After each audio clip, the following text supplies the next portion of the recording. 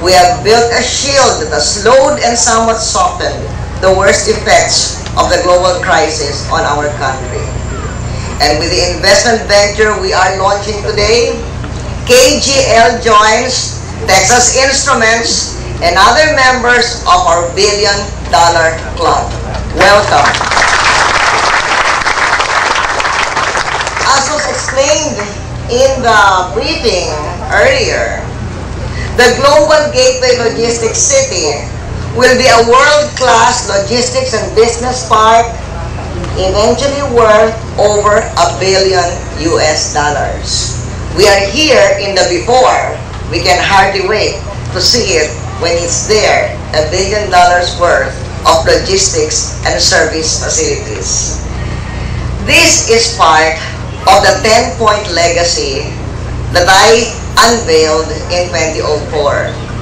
The 10-point legacy can be remembered by the acronym BEAT the Odds: budget, education, automated elections, transport and digital infrastructure, terminating the rebellion and bringing peace to Mindanao, healing the wounds of EDSA, electricity and water, opportunities for jobs, decongesting Metro Manila, and finally, DS, in Beat the Odds, is developing Subic Clark into a competitive service and logistics center. And that's why I made it a point to have this event, because today's launching boosts our legacy number 10.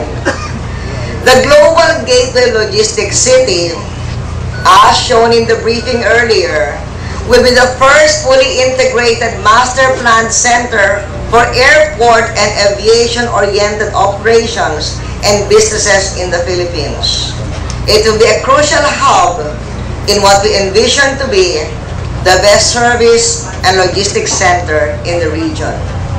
We anticipate with excitement their state-of-the-art facilities. We see the drawings, including excellent infrastructure, a comprehensive security system, which is part of Phase 1, and sophisticated communications networks, along with many other physical amenities.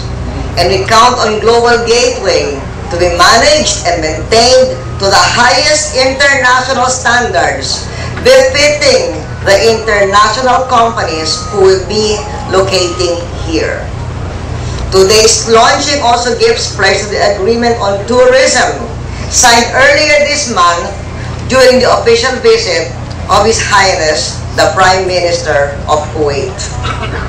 During its construction phase, and when it becomes operational, this project will give job opportunities for the great Filipino worker. Our great Filipino worker skills are known and acknowledged in Kuwait.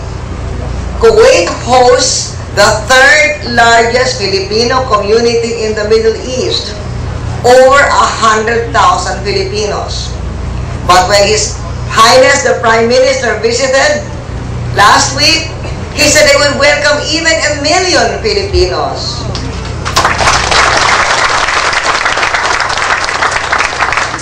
There is no limit, there's no quota to limit the number of Filipino workers in Kuwait. Indeed, we're happy to have KGL here because Kuwait has been a very good friend of the Philippines. Kuwait was the first Arab country to extend a developmental loan to the Philippines 30 years ago. Its biggest project is the road from Pagadian through Lanao del Norte and Sur and Maguindanao to Cotabato City, 115 kilometers.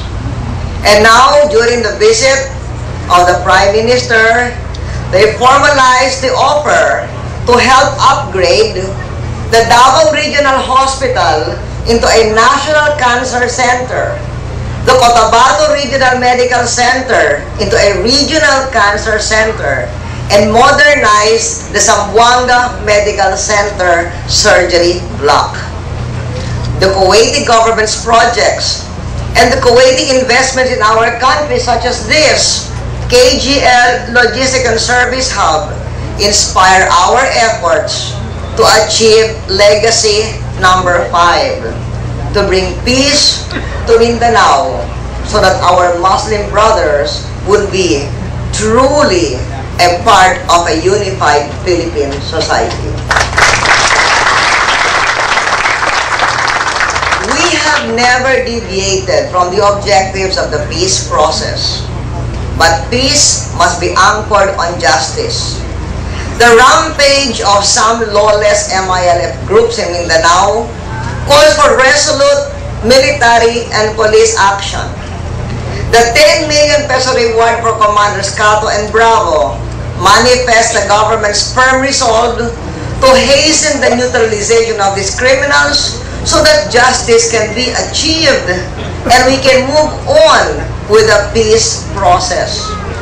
The targeted lawless groups are historically the recalcitrant commands. They are the ones who have been creating trouble before enduring the proceedings of the peace process.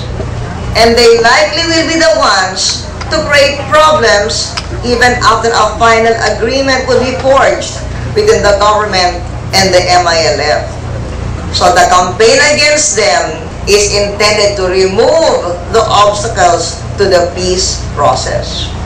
So I say to the Filipinos, to the world, to our Muslim brothers in the South, to the OIC through our Kuwaiti friends, there is no all-out war.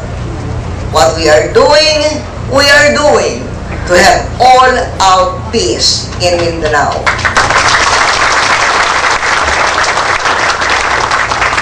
We wish for all insurgents to turn their swords into plowshares, their arms to farms. We ask all sectors to be with us, including our brothers in the OIC.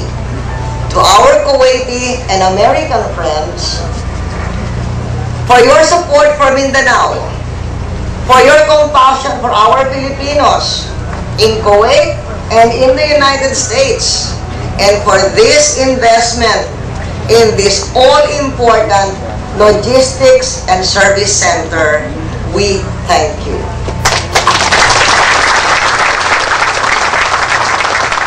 We are confident that Global Gateway Logistics City will become a sterling investment of beacon and progress. Thank you. Salamat kayo. Thank you very much, Mr. President. The KGL Investment Company, Part3 and Part3 International Airport Corporation expressed their sincerest appreciation for gracing the groundbreaking of the Global Gateway Logistics City here in the Clark Freeport Zone. In conclusion, dapat pong salamat ka rin proyekto, dapat pong salamat ka rin obra. Palakpakan tayo pong paswayo, kinasama ng Presidente, Gloria